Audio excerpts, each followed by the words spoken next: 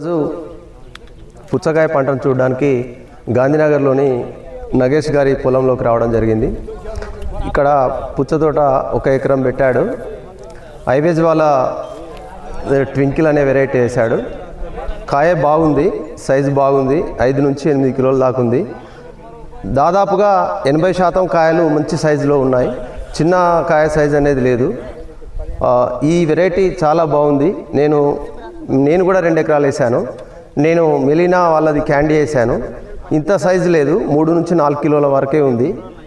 కాబట్టి ఈ సైజు అయితే బాగుంది. నేను గ్రామస్తులు మన రైతులందరికీ చెప్పేది ఏంటంటే ఈ వెరైటీ చాలా బాగుంది అనేది నా యొక్క అనుభవం. నేను ఒక 20 ఏళ్ళ నుంచి చేస్తున్నాను వాటర్ మిలాను.